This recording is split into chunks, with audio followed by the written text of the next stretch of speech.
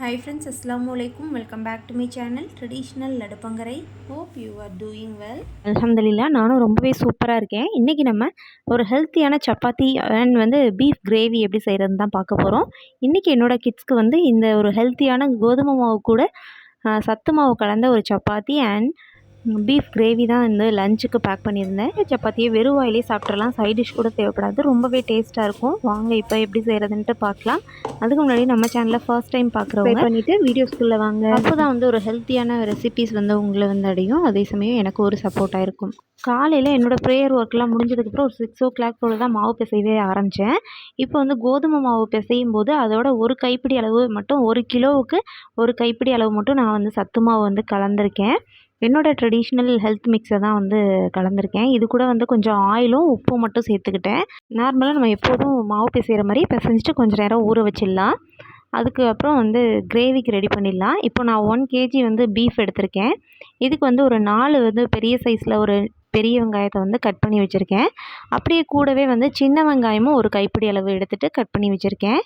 மாவு நல்லா சாஃப்டாக வந்துருச்சு. அதுக்குள்ளேயே பாருங்கள், நல்லா கரெக்டான பதத்தில் மாவு பிசைஞ்சு வைக்கணும். தண்ணி ரொம்ப கெட்டியாகவும் இல்லாமல் இந்த மாதிரி சாஃப்டாக இருக்கிற மாதிரி பார்த்துக்கோங்க. இப்போ ஓடிட்டுருக்கட்டும். இப்போ அடுப்பில் குக்கர் ஹீட் பண்ணிக்கிறேன். இது கூடவே ஆயில் சேர்த்துக்கலாம்.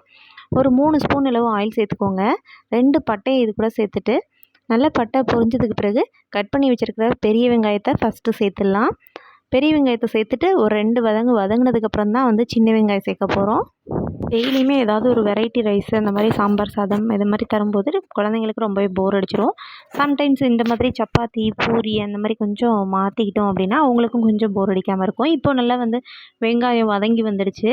இப்போ சின்ன வெங்காயத்தை சேர்த்துட்டு இதையும் நல்லா கொஞ்சம் வதக்கி எடுத்துக்கலாம். நல்லா கொஞ்சம் ப்ரௌனிஷ் ஆனதுக்கப்புறம் பீஃப் சேர்க்கணும். ஸோ இப்போ பச்சை மிளகாய் இது கூடவே முழுசாகவே சேர்த்துக்கிறேன். ஏன்னா காரம் அதிகமாக இருந்ததுன்னா அப்படியே எடுத்துடலாம். ஸோ நான் முழுசாக தான் சேர்த்துக்கிறேன். வெங்காயம் வதங்கிட்டு இருக்கும்போதே இஞ்சி பூண்டு பேஸ்ட்டும் ரெடி பண்ணிக்கலாம். ஒரு கைப்பிடி அளவு இஞ்சி, ஒரு கைப்பிடி அளவு பூண்டு சேர்த்துக்கிறேன். இது நல்லா ஃப்ரெஷ்ஷாக அரைச்சிட்டு சேர்க்கும்போது ரொம்பவே டேஸ்ட்டாக இருக்கும் எந்த ஒரு சமையலுக்குமே. ஸோ நான் இப்போ இஞ்சி பூண்டு இல்லை, அதனால் கொஞ்சம் கொஞ்சம் தான் இந்த மாதிரி ரெடி பண்ணி வச்சுக்குவேன். இது கூடவே வெங்காயம் நல்லா வதங்கிடுச்சு. இப்போ ஒரு கைப்பிடி அளவு மல்லி இலை சேர்த்துக்கிறேன். மல்லி இலையை சேர்த்துட்டு 2 வதங்கினதுக்கு பிறகு இப்போது பீஃபை கழுவிட்டு எடுத்து வச்சுருக்கிற பீஃபை சேர்த்துடலாம். பீஃபை நல்லா தண்ணி இல்லாமல் புழிஞ்சிட்டு சேர்த்துக்கோங்க. ஏன்னா தண்ணி நிறைய விடும் பீஃப்லேருந்து. ஸோ இப்போ இது கூடவே ஒரு 3 சின்ன சைஸ் தக்காளி சேர்த்துக்கிறேன். தேவையான அளவு உப்பு, ஒரு 1½ ஸ்பூன் அளவு மஞ்சள் தூள் சேர்த்துட்டு நல்லா கிளறி விட்டுக்கலாம். இது கூடவே இஞ்சி பூண்டு பேஸ்ட்டு ஒரு 1½ ஸ்பூன் அளவு சேர்த்துருக்கேன். நல்லா வதக்கி எடுத்துக்கலாம். இதெல்லாம் இப்போ தண்ணி கறியிலேருந்து பிரிஞ்சு வரும் இல்லையா, அதெல்லாம் நல்லா வத்துற அளவுக்கு நல்லா சிம்லேயே வச்சு வற்ற விட்டு எடுத்துக்கலாம். இப்போ தான் நல்லா ஒரு கவுச்சி ஸ்மெல் இல்லாமல் இருக்கும். ஸோ கொஞ்சம் நேரம் மூடி வச்சு நல்லா தண்ணி பிரிஞ்சு வர அளவுக்கு கொஞ்சம் வெயிட் பண்ணிக்கலாம். இந்த அளவுக்கு நல்லா தண்ணியெல்லாம் பிரிஞ்சு வந்துருச்சு பாருங்கள். இந்த தண்ணியை நல்லா வற்ற வச்சிடணும். வற்ற வச்சதுக்கப்புறம் தான் நம்ம கறியை வேக வைக்கணும். அப்போ தான் நல்லா ஒரு கவுச்சி ஸ்மெல்லாம் இல்லாமல் நல்ல ஒரு வாசனையாக இருக்கும். இது அடிப்பிடிச்சிடாமல் பார்த்து நல்லா சிம்லேயே வச்சு வற்ற விட்டுக்கோங்க. அதுக்கிடையில் சப்பாத்தியும் கொஞ்சம் போட்டு ரோல் பண்ணி வச்சுக்க போகிறேன். கேப்சிகம் இப்போவே போட்டோம் அப்படின்னா சீக்கிரம் ரொம்ப மசிய சுருண்டுரும். ஸோ கட் பண்ணி மட்டும் எடுத்து வச்சுட்டு லாஸ்ட்டாக சேர்த்துக்க போகிறோம். தண்ணி ஊற்றுறதுக்கு கொஞ்சம் முன்னாடி சேர்த்துக்கலாம். இப்போ நான் பிசைஞ்சு வச்சுருக்க சப்பாத்தி மாவில் பாதி அளவு எடுத்துகிட்டு இந்த மாதிரி லைட்டாக கொஞ்சம் நல்லா அழுத்தி பிசைஞ்சு விட்டுட்டு தேய்ச்சி விட்டு எடுத்துக்கலாம். நான் இப்போ ஒரு சப்பாத்தியாக அப்படியே தேய்ச்சி எடுத்துக்க போகிறேன். இது ஒரு சிம்பிளான மெத்தடு சப்பாத்தி போடுறதுக்கு. இந்த அளவுக்கு ஃபுல்லாக தேய்ச்சதுக்கப்புறம் அப்படியே ரோல் பண்ணி எடுத்துக்கலாம். நான் மாவு போட்டு தான் தேய்ச்சிருக்கேன். நல்லா ரோல் பண்ணி எடுத்ததுக்கப்புறம் நமக்கு தேவையான சைஸில் அப்படியே சின்ன சின்ன பீஸாக கட் பண்ணி எடுத்துக்கோங்க. உங்களுக்கு எந்தளவு சப்பாத்தி வேணுமோ அந்தளவுக்கு கட் பண்ணிவிட்டு அப்படி சும்மா ரவுண்ட் ஷேப்பில் தட்டி விட்டுக்கலாம். இப்போ இது மாதிரி ஒவ்வொரு சப்பாத்தியாக மாவு லைட்டாக அப்ளை பண்ணிவிட்டு அப்படியே எடுத்து வச்சுக்கலாம். காலையில் நம்ம அரிபரியாக வேலை பார்க்கும்போது எந்த மெத்தடில் ரொம்ப சிம்பிளாக செய்ய முடியும் சப்பாத்தியோ, எந்த ஒரு சமையலுமே சிம்பிளாக எந்த முறையில் செய்ய முடியுமோ அப்படி தான் நம்ம செஞ்சால் நமக்கு கொஞ்சம் ஃப்ரீயாக இருக்கும். லைட்டாக ஆயில் அப்ளை பண்ணிவிட்டு நான் இப்போ அப்படியே அகழ்ச்சி விட்டுக்கிட்டேன். இது மாதிரியே 1 by 1 சப்பாத்தி எல்லாத்தையும் தேய்ச்சி எடுத்து வச்சுக்கலாம். இப்போது வந்து சப்பாத்தியை தேய்ச்சி எடுத்து வச்சுக்கிட்டேன். ஒன் சைடு வந்து தோசைக்கல்லில் வச்சுட்டு, இப்போது நல்லா கறியில் உள்ள தண்ணியெல்லாம் நல்லா வற்றி வந்துடுச்சு. இது கூட ஒரு ஸ்பூன் அளவு வந்து மிளகாய் தூள் சேர்த்துருக்கேன். ஒரு அரை ஸ்பூன் வந்து மல்லித்தூள் சேர்த்துக்கிறேன். கறி மசாலா பவுடர், அடுத்து வந்து கரம் மசாலா எதுனாலும் ஓகே. அதில் ஒரு 3/4 ஸ்பூன் அளவு சேர்த்துட்டு நல்லா கிளறி விட்டுக்கலாம்.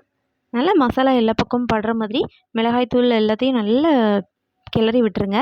அடி விட்டு நல்லா கிளறினதுக்கு பிறகு பண்ணிட்டு எடுத்து வச்சுருக்கிற கேப்சிகமையுமே இது கூட சேர்த்துடலாம். சேர்த்துட்டு சும்மா லைட்டாக கிண்டி விட்டால் போதும். லைட்டாக கிண்டி விட்டதுக்கு பிறகுமே வந்து தேவையான அளவு தண்ணி சேர்த்துட்டு இப்போ கறியை வேக வச்சு எடுத்துடலாம்.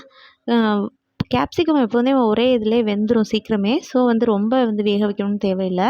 இது கூடவே வந்து ஒரு 3/4 டீஸ்பூன் அளவு வந்து மிளகு ஜீரகத்தூள் வந்து சேர்த்துக்கிறேன்.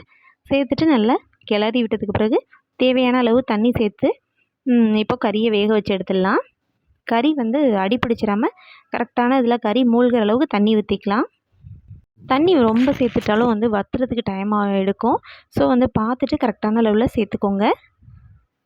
இப்போது குக்கர் மூடி போட்டுட்டு ஒரு 4-5 விசில் விட்டு எடுத்துக்கலாம். அவ்வளோதான், ரொம்பவே சிம்பிளாக வந்து பீஃப் கிரேவி வந்து ரெடி ஆகிடுச்சு நமக்கு. வெங்காயம் கட் பண்ணுறது மட்டும்தான் நமக்கு வேலை. மற்றதில் வந்து இது வேலையே கிடையாது நமக்கு. காலையில் அறிபறியான டைமில் கூட இது ரொம்பவே சிம்பிளாக செஞ்சு எடுத்துடலாம். இப்போது குக்கர் மூடி போட்டுட்டு வேக வச்சு எடுக்க போகிறேன். அதுக்குள்ளே சப்பாத்தியும் போட்டு எடுத்துக்கிட்டேன். சப்பாத்தியை லைட்டாக வந்து 2 சைடும் பிரட்டி விட்டதுக்கு பிறகு லைட்டாக நெய்யாக இருந்து வந்து பட்டர் வந்து அப்ளை பண்ணிங்கன்னா கொஞ்சம் சாப்பிட்றதுக்கு ரொம்பவே வாசனையாக இருக்கும். சைட் டிஷ்ஷே தேவைப்படாது இந்த மாதிரி சப்பாத்தி நம்ம வந்து செய்யும்போது. 1 பை 1 சப்பாத்தியை நான் எல்லாத்தையுமே வந்து போட்டு எடுத்துக்கிட்டேன். பார்க்குறதுக்கே எவ்வளோ சூப்பராக சாஃப்டாக இருக்குது பாருங்கள் சப்பாத்தி. இந்த ஹெல்த்தியான சப்பாத்தியை நீங்களும் கண்டிப்பாக ஒன்ஸ் வந்து ட்ரை பண்ணுங்கள் உங்களோட கிட்ஸ்க்கு. நம்ம பொதுவாக எல்லோரும் வந்து லஞ்சு டெய்லி ஏதாவது ஒன்று பேக் பண்ணி வச்சிடுறோம். அது நம்ம செய்கிறது ஹெல்த்தியாக இருக்குமா அப்படின்னு தெரியாது. என்னை பொறுத்தவரையும் என்னது ஃப்ரிட்ஜில் வைக்காத ஐட்டம் வந்து என்னோடய கிட்ஸ்க்கு வந்து செஞ்சு தரணும். அப்போ தான் எனக்கு வந்து கொஞ்சம் திருப்தியாக இருக்கும். உங்கள் யாருக்கெல்லாம் இப்படி தோணும் அப்படின்றத கமெண்ட்டில் சொல்லுங்கள். இந்த சப்பாத்திக்கு பட்டர் ஆர் நெய் வந்து நம்ம அப்ளை பண்ணுறனால ரொம்பவே சாஃப்டாக இருக்கிறதும் பத்தாததுக்கு நல்லா சாப்பிட்றதுக்கும் நல்ல ஒரு டேஸ்ட்டாக இருக்கும். இப்போ சப்பாத்தியெல்லாம் நல்லா போட்டு எடுத்துட்டேன். அதுக்குள்ளே 1 பை 1 அடுத்தடுத்த நெக்ஸ்ட் வேலைகளையும் நான் வந்து செஞ்சுக்கிறதுனால எனக்கு வேலை வந்து ரொம்ப சிம்பிளாக முடியும். ஒன் சைடு வந்து கவுண்டர் டாப்பை வந்து க்ளீன் பண்ணி வச்சுட்டேன் ஃபுல்லாத்தையும். மீதி இருக்கிற இஞ்சி பூண்டு பேஸ்ட்டையும் வந்து ஒரு பாக்ஸில் வலித்து எடுத்து வச்சுட்டேன். இது வந்து ஃப்ரிட்ஜில் வச்சுட்டோன்னா ஒரு 4 நாளைக்குள்ளே எனக்கு சரியாயிடும். நான் வந்து ரொம்பலாம் அரைச்சி வச்சுக்க மாட்டேன். இந்த மாதிரி கொஞ்சம் கொஞ்சமாக செஞ்சுக்கிட்டோம் அப்படின்னா வந்து நம்மளோட சமையல் ரொம்ப ஃப்ரெஷ்ஷாக இருக்கும். சாப்பிட்றதுக்கும் நல்லா டேஸ்ட்டாக இருக்கும். நல்ல விசில் ஒரு 4-5 விசில் விட்டு எடுத்ததுக்கப்புறம் பீஃப் நல்லாவே வெந்து வந்துடுச்சு. கொஞ்சம் வந்து சப்பாத்திக்கு கிரேவியாக இருக்கணும் அப்படின்றதுனால நான் கொஞ்சம் தண்ணி போலே வச்சுருக்கேன், வற்ற வைக்கல ரொம்ப. இந்த மாதிரி ஒரு ஸ்பெஷலான டிஷ்ஷெல்லாம் செய்யும்போது பிரேக்ஃபாஸ்ட்டுக்கும் என்னோடய கிட்ஸ் வந்து அதையே எடுத்துக்குவாங்க. காலையில் பிரேக்ஃபாஸ்ட்டுக்கு ஒரு சப்பாத்தியும் ஒரு எக்கு மட்டும் அவிச்சு கொடுத்துட்டேன். நல்லா சாஃப்டாக வெந்துருச்சு ஒரு 4 விசில்லையே. ஒரு சூப்பரான ஹோட்டல் ஸ்டைலில் ஒரு டெலிசியஸான பீஃப் கிரேவி வந்து ரெடி ஆகிடுச்சு. நீங்களும் ஒரு டைம் வந்து இது மாதிரி ட்ரை பண்ணி பாருங்கள். இதை வந்து மட்டன்லேயும் இந்த மாதிரி ட்ரை பண்ணலாம். சப்பாத்தி, நான், ரொட்டி கூட தொட்டு சாப்பிட்றதுக்கு ரொம்பவே சூப்பராக இருக்கும். இதை வந்து நம்ம ஒயிட் ரைஸ் அல்லது நெய்ச்சோறு அந்த மாதிரி இதுக்கும் ட்ரை பண்ணிங்கன்னா ரொம்பவே சூப்பராக இருக்கும். இந்த ரெசிபி ரொம்பவே உங்களுக்கு பிடிச்சிருக்கும்னு நம்புகிறேன். கண்டிப்பாக நீங்களும் ட்ரை பண்ணி பார்த்துட்டு எப்படி வந்தது அப்படின்றத கமெண்ட்டில் சொல்லுங்கள். மறக்காமல் என்னோடய சேனலை சப்ஸ்கிரைப் பண்ணி வச்சுக்கோங்க. தேங்க்ஸ் ஃபார் வாட்சிங் மை வீடியோஸ்.